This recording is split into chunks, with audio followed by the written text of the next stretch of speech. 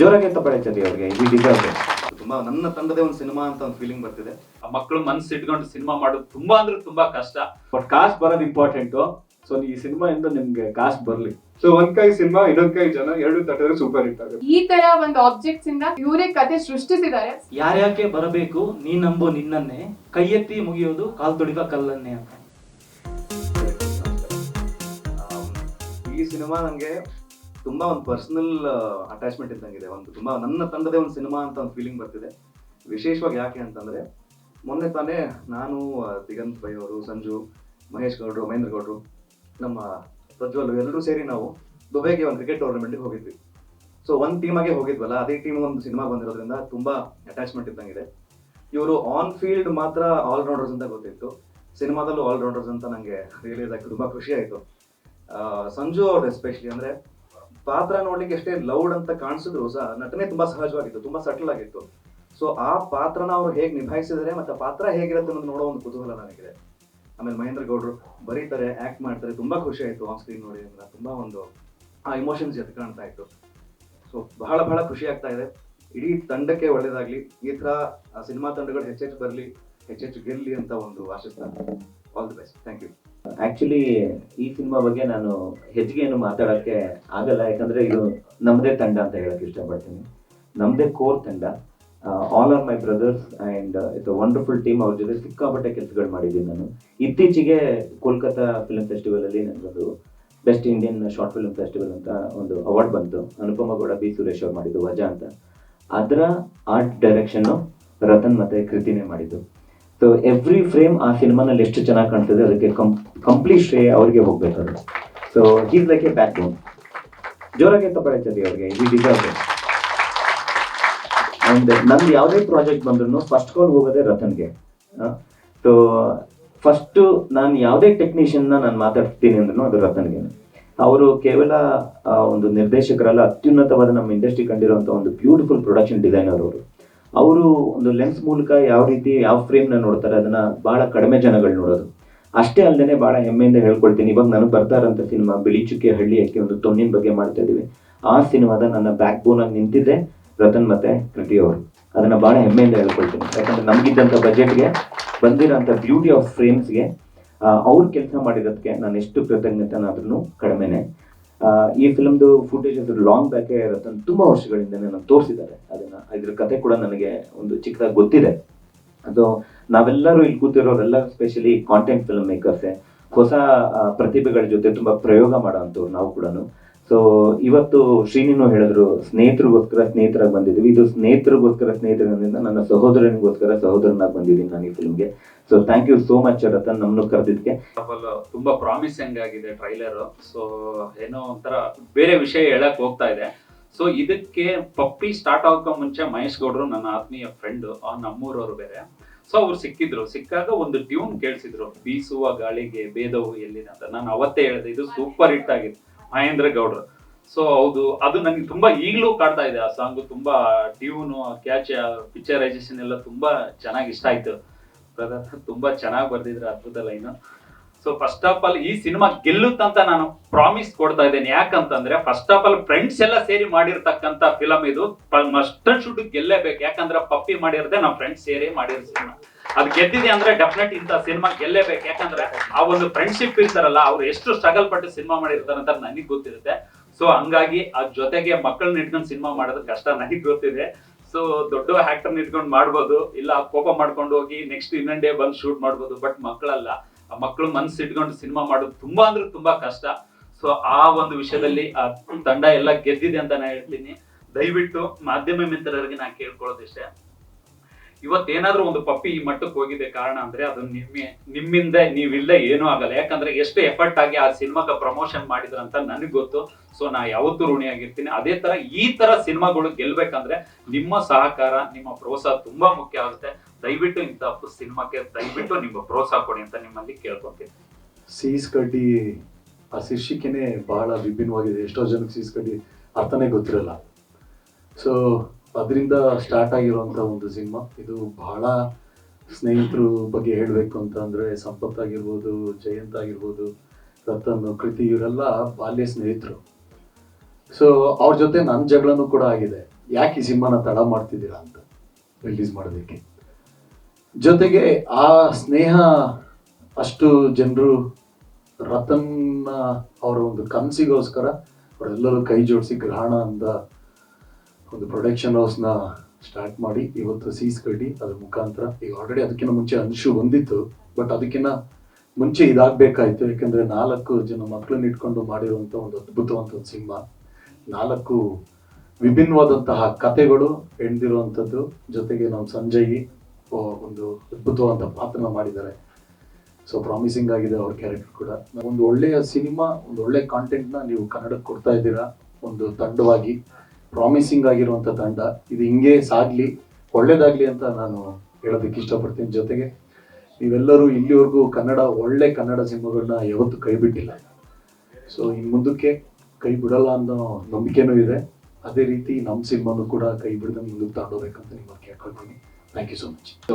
ಈ ಪೋಸ್ಟರ್ಸ್ ನಿಮ್ ಅಬ್ಸರ್ವ್ ಮಾಡಿಲ್ಲ ಅಂದ್ರೆ ಪೋಸ್ಟರ್ಸ್ ಅಬ್ಸರ್ವ್ ಮಾಡಿದ್ರೆ ಅದು ಏನೋ ಆ ಪೆನ್ಸಿಲ್ ಆರ್ಟ್ ಅಲ್ಲೇ ಇದೆ ಆ ಪೋಸ್ಟರ್ಸ್ ಎಲ್ಲ.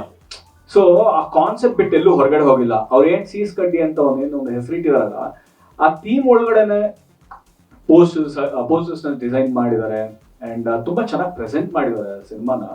ಈ ಸಿನಿಮಾಗೆ ಎಲ್ಲರೂ ಸಪೋರ್ಟ್ ಸಿಗ್ಲಿ ನಿಮ್ಗೆ, ನಮ್ಮ ಇಂಡಸ್ಟ್ರಿಯ ಎಲ್ಲ ಏನೋ ಹೀರೋಗಳು, ಡೈರೆಕ್ಟರ್ಗಳು ಅಥವಾ ತುಂಬಾ ದೊಡ್ಡ ಗಣ್ಯರು ಎಲ್ಲರೂ ಸಪೋರ್ಟ್ ಸಿಗ್ಲಿ, ಎಲ್ರಿಗೂ ಸಿನಿಮಾ ತೋರಿಸಿ. So I think this film should do well. And ನಾನು ಕೇಳ್ಕೊಳ್ಳೋದು ಒಂದು ಕಮರ್ಷಿಯಲಿ ಸಕ್ಸಸ್ಫುಲ್ ಆಗಲಿ, ಅದಕ್ಕೆ ಏನ್ ಬೇಕೋ ಅದೆಲ್ಲ ಮಾಡಿ ನೀವು, ಅದೇ ಇಂಪಾರ್ಟೆಂಟ್. ಇವಾಗ ಗೆಲ್ಲಿ ಅನ್ನೋದು ಓಕೆ, ಬಟ್ ಕಾಸ್ಟ್ ಬರೋದು ಇಂಪಾರ್ಟೆಂಟು. ಸೊ ಈ ಸಿನಿಮಾಯಿಂದ ನಿಮ್ಗೆ ಕಾಸ್ಟ್ ಬರಲಿ. Thank you so much. ಸೇರ್ಕೊಂಡು ಮಾಡಿರೋ ಸಿನಿಮಾ ತುಂಬಾ ಇಷ್ಟಪಟ್ಟು ಮಾಡಿದೀವಿ.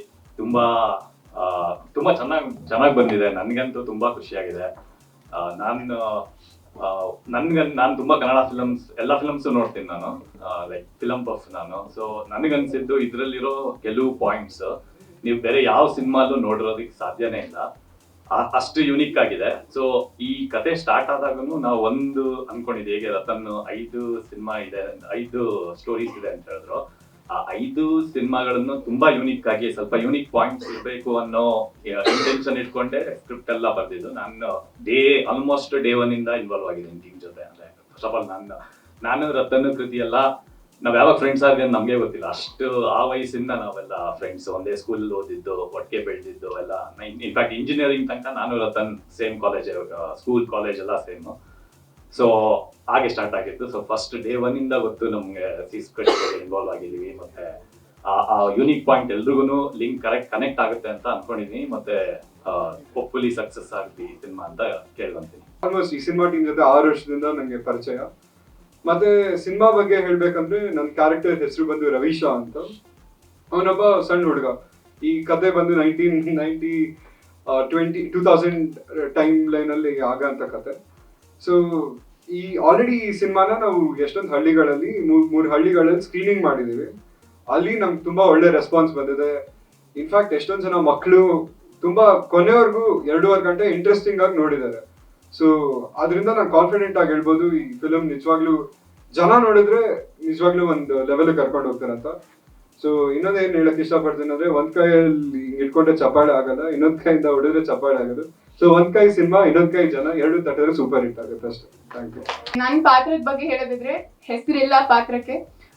ಹೇಗೆ ಹೆಸರು ಬರುತ್ತೆ ಇವಾಗ, ಒಂದು ಪೆನ್ಸಿಲ್ ಆಗ್ಲಿ, ಅದು ಯಾವ ಕಂಪ್ನಿ ಆದ್ರೂ ಆಗ್ಲಿ, ಬೀಟ್ ಅಪ್ಸರ ಅಥವಾ ಒಂದು ಕ್ಯಾಮ್ಲಿನ್ ಅಂತ ಏನಾದ್ರು ಆದ್ರೂ ಅದ್ರ ಒಳಗಿರೋ ಲೆಡ್ ಇಂಪಾರ್ಟೆಂಟ್. ನೀವ್ ಯಾವ್ದು ಪೆನ್ಸಿಲ್ ಬಳಸ್ತೀರಾ ಅದು ಇಂಪಾರ್ಟೆಂಟ್ ಆಗಲ್ಲ. ಸೊ ಆ ಲೆಡ್ ಇಂಪಾರ್ಟೆಂಟ್ ಅನ್ನೋದನ್ನ ನನ್ನ ಸ್ಟೋರಿಯಲ್ಲಿ ಒಂದು ಟ್ಯಾಲೆಂಟ್ ಇಂಪಾರ್ಟೆಂಟ್. ನೀನ್ ಹೆಸರು ಯಾವ್ದಾದ್ರು ಆಗ್ಲಿ, ಬಟ್ ಟ್ಯಾಲೆಂಟ್ ಇಂದ ನಿಂಗೆ ಒಂದು ಹೆಸರು ಬರ್ಬೇಕು, ಒಂದು ಹೆಸರು ಗಳಿಸ್ಬೇಕು ಅನ್ನೋದನ್ನ ಈ ಕಥೆ ಮೂಲಕ ತೋರಿಸ್ಕೊಟ್ಟಿದ್ದಾರೆ. ಈಗ ನಾವೇ ಮಕ್ಳಾದ್ರೂ ಒಂದು ಶಾರ್ಪ್ನರ್, ಎರೇಸರ್ ಎಲ್ಲ ಯೂಸ್ ಮಾಡ್ತಾನೆ ಇರ್ತೀವಿ, ಬಟ್ ಈ ತರ ಒಂದು ಆಬ್ಜೆಕ್ಟ್ಸ್ ಇಂದ ಹೇಗೆ ಒಂದು ಇವರೇ ಕತೆ ಸೃಷ್ಟಿಸಿದ್ದಾರೆ. ಸೊ ಯೂಸ್ ಮಾಡೋ ಅಂತ ಒಂದು ಆಬ್ಜೆಕ್ಟ್ಸ್ ಇಂದ ಸೊ ಒಂದು ಒಳ್ಳೆ ಕತೆ. ದಯವಿಟ್ಟು ಸಪೋರ್ಟ್ ಮಾಡಿ ಅಂತ ಕೇಳ್ಕೊತೀನಿ. Thank you. ನಾನ್ ಬೇಸಿಕ್ಲಿ ಒಬ್ಬ ರಂಗಭೂಮಿ ಕಲಾವಿದ. ಮೈಸೂರಲ್ಲಿ ಮಂಡ್ಯ ರಮೇಶ್ವರದ ನಟನ ಅಂತ ಒಂದು ರಂಗ ಸಂಸ್ಥೆ ಇದೆ. ಅಲ್ಲಿ ನಾನು 15 ವರ್ಷದಿಂದ ರಂಗಾಭ್ಯಾಸ ಮಾಡ್ಕೊಂಡು ಬಂದಿದ್ದೀನಿ. ಸೊ ಅಲ್ಲಿ ನಮಗೆ ಮಂಗಳೂರು ಭಾಷೆ, ಹವ್ಯಕ ಭಾಷೆ, ಉತ್ತರ ಕರ್ನಾಟಕ, ಚಾಮರಾಜನಗರದ ಶೇಡ್ಸ್ ಎಲ್ಲದನ್ನು ಎಲ್ಲಾ ತರದ ಪಾತ್ರನೂ ಮಾಡಿರೋದ್ರಿಂದ ಈ ಉತ್ತರ ಕರ್ನಾಟಕದ ಪಾತ್ರ ಮಾಡ್ಲಿಕ್ಕೆ ನನಗೇನು ಕಷ್ಟ ಆಗ್ಲಿಲ್ಲ. ಮತ್ತು ಅದ್ರ ಜೊತೆಗೆ ನಾನು ಬೇಸಿಕ್ಲಿ ಹುಬ್ಬಳ್ಳಿ ನನ್ನ ನೇಟಿವ್, ಸೊ ಹಾಗಾಗಿ ಇದರಿಂದ ಎರಡು ಕೂಡ್ ಬಂತು, ಸೊ ಚೆನ್ನಾಗಿ ಬಂದಿದೆ. ನನ್ನ ಕತೆ ಇರೋದು ತುಮಕೂರು ಆಕ್ಸೆಂಟ್ ಅಲ್ಲಿ. ಸೊ ನಾನು ಪ್ರತಿ ಸಲ ಆಕ್ಸೆಂಟ್ ತಪ್ಪು ಮಾಡಿದಾಗ್ಲೂ ಅಷ್ಟೇ ಪೇಷನ್ಸ್ ಇಂದ ಸರ್ ನನ್ನ ತಿದ್ದಿದ್ದಾರೆ, ಯಾವತ್ತೂ ಕೋಪ ಮಾಡ್ಕೊಂಡು ಬೈದಿಲ್ಲ. ಸೊ ಅದಕ್ಕೆ ನನಗೆ ಆ ಆಕ್ಸೆಂಟ್ನ ಅಷ್ಟು ಕಾನ್ಫಿಡೆಂಟ್ ಆಗಿ ನಾನು ಬಿಲ್ಡಪ್ ಮಾಡೋಕ್ಕಾಗಿದ್ದು. ಆ್ಯಂಡ್ ಇದು ನನ್ನ ಮೊದಲನೇ ಚಿತ್ರ ಆಗಿರೋದ್ರಿಂದ ಶೂಟಿಂಗ್ ಟೈಮಲ್ಲಿ ನಾನು ಸ್ವಲ್ಪ ನರ್ವಸ್ ಆಗ್ತಿದ್ದೆ. ಬಟ್ ನಾನು ಇಡೀ ಮೇಜರ್ ಶೂಟಿಂಗ್ ಇದ್ದಿದ್ದು ಸಂಜಯ್ ಅಣ್ಣ ಜೊತೆ. ಆ್ಯಂಡ್ ಅವ್ರು ನನಗೆ ತುಂಬ ಸಪೋರ್ಟ್ ಮಾಡ್ತಾಯಿದ್ರು, ಯಾವಾಗಲೂ ನಗ್ಸ್ಕೊಂಡು ಜೋಕ್ಸ್ ಮಾಡಿಕೊಂಡು ತುಂಬ ಸಪೋರ್ಟಿವ್ ಆಗಿ ಶೂಟಿಂಗ್ ಮಾಡಿದ್ದೀವಿ. ಆ್ಯಂಡ್ ಇಡೀ ಟೀಮ್ ಕೂಡ ಅಷ್ಟೇ ಸಪೋರ್ಟಿವ್ ಆಗಿತ್ತು. ನಾವು ರಾತ್ರಿ ಎಷ್ಟೇ ಲೇಟ್ ನೈಟ್ ಶೂಟ್ಸ್ ಮಾಡಿದ್ರು ಬೆಳಗ್ಗೆ ಬೇಗ ಹೇಳ್ಬೇಕು ಅಂದರೆ ಎಲ್ಲರೂ ಅದೇ ಎನರ್ಜಿಯಿಂದ ಶೂಟಿಂಗಿಗೆ ಹೋಗ್ತಾಯಿದ್ರು. ಅವ್ರನ್ನ ನೋಡಿದಾಗ ನನಗೂ ಅನ್ಸೋದು ಇವರೆಲ್ಲ ಇಷ್ಟು ಚೆನ್ನಾಗಿ ಎನರ್ಜಿ ಇದ್ದಾರೆ ಅಂದರೆ ನಾನು ನನ್ನ ಎಫರ್ಟ್ಸ್ ಹಾಕಬೇಕು ಅಂತ. ಸೊ ಎಲ್ಲರೂ ತುಂಬ ಹಾರ್ಡ್ ವರ್ಕ್ ಮಾಡಿದ್ದೀವಿ. Hard work will definitely pay off. ತಮ್ಮೆಲ್ಲರೂ ಆಶೀರ್ವಾದ ಇರಬೇಕು. Thank you.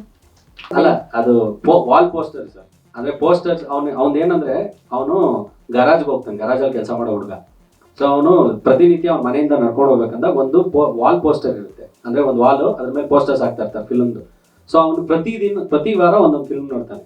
ಸೊ ಅದರಲ್ಲಿ ಇದೊಂದು ಫಿಲ್ಮ್ದು ಪೋಸ್ಟರ್. ಆ ಫಿಲ್ಮ್ ಪೋಸ್ಟರು ಅವನ್ನ ಚೇಂಜ್ ಮಾಡುತ್ತೆ, ಆ ಫಿಲ್ಮ್ ಮಾಡಿದವ್ರನ್ನ ಚೇಂಜ್ ಮಾಡುತ್ತೆ ಅನ್ನೋದೇ ದ ಹೋಲ್ ಕಾನ್ಸೆಪ್ಟ್. ಒಂದು ಹವ್ಯಕ, ಅಂದ್ರೆ ಹವ್ಯಕ ಡೈಲೆಕ್ಟ್ ಅವರು ಆ ಕಮ್ಯುನಿಟಿ ಇದ್ರೂ ನಾವೊಂದು ಊರ್ನ ಹವ್ಯಕ, ಎಲ್ಲರೂ ಊರಲ್ಲಿ ಹವ್ಯಕ ಮಾತಾಡ್ತಾರೆ ಅಂತ ಆ ಥರ ಒಂದು ಕ್ರಿಯೇಟಿವ್ ಲಿಬರ್ಟಿ ತಗೊಂಡು ಮಾಡಿದ್ದೀವಿ. ಇನ್ನೊಂದು ನಾರ್ತ್ ಕರ್ನಾಟಕ, ಆಮೇಲೆ ಒಂದು ತುಮಕೂರ್ದು. ನಾವು ಅಂದ್ರೆ ಹಳ್ಳಿ ಅಂದಿದ ತಕ್ಷಣ ಈ ಮಂಡ್ಯ ಟೋನ್ ಇರುತ್ತೆ ಅಂತ ಅನ್ಕೋತಾರೆ, ಬಟ್ ಆದ್ರೆ ನಾವು ತುಮಕೂರ್ದೇನೆ ಇಟ್ಕೊಂಡಿದೀವಿ ಅಥೆಂಟಿಕ್ ಆಗಿ. ಅದಕ್ಕೆ ಒಬ್ರು ಅಲ್ಲೇ ತುಮಕೂರಲ್ಲಿರೋ ಒಂದು ಸ್ಕೂಲ್ ಟೀಚರ್ ಅದನ್ನ ಟ್ರಾನ್ಸ್ಲೇಟ್ ಮಾಡಿದ್ರು. ನಾವ್ ಇಲ್ಲಿ ಬರ್ದಿದ್ದ ಡೈಲಾಗ್ನ ಹವ್ಯಕನ ಟ್ರಾನ್ಸ್ಲೇಟ್ ಮಾಡಿದ್ದು ವಿಶ್ವಜಿತ್ ರಾವ್ ಅಂತ ಇದಾರಲ್ಲ DOP, ಅವರು ಹವ್ಯಕ ಟ್ರಾನ್ಸ್ಲೇಟ್ ಮಾಡ್ಕೊಟ್ಟಿದ್ದು ನಮ್ಗೆ. ಸೊ ಆಮೇಲೆ ಇನ್ನೊಂದು ನಮ್ದು ಬೆಂಗಳೂರು ಈಗಿಂದು. ಸೊ 2-3 ಕಥೆನ ನಾವು ಡೇಟ್ ಬ್ಯಾಕ್ ಕೂಡ ಮಾಡಿದ್ವಿ, 98 and 2000 ಶೂಟ್ ಮಾಡೋ ಥರ. ಸೊ ಅದಕ್ಕೆ ಅಥೆಂಟಿಕ್ ಆಗಿ ಇರಬೇಕು ಅಂತ.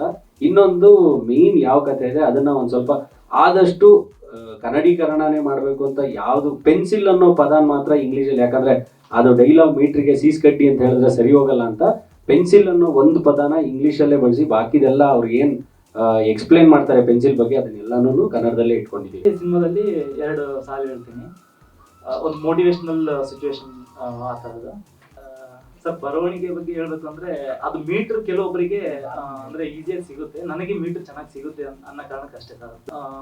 ಇದೇ ಸಿನಿಮಾದಲ್ಲಿ 2 ಸಾಲು ಹೇಳ್ತೀನಿ. ಒಂದು ಮೋಟಿವೇಶನಲ್ ಸಿಚುವೇಶನ್ ಆ ಥರದ. ಯಾರ್ಯಾಕೆ ಬರಬೇಕು ನೀ ನಂಬೋ ನಿನ್ನನ್ನೇ, ಕೈ ಎತ್ತಿ ಮುಗಿಯೋದು ಕಾಲ್ ತೊಳಿಬ ಕಲ್ಲನ್ನೇ ಅಂತ.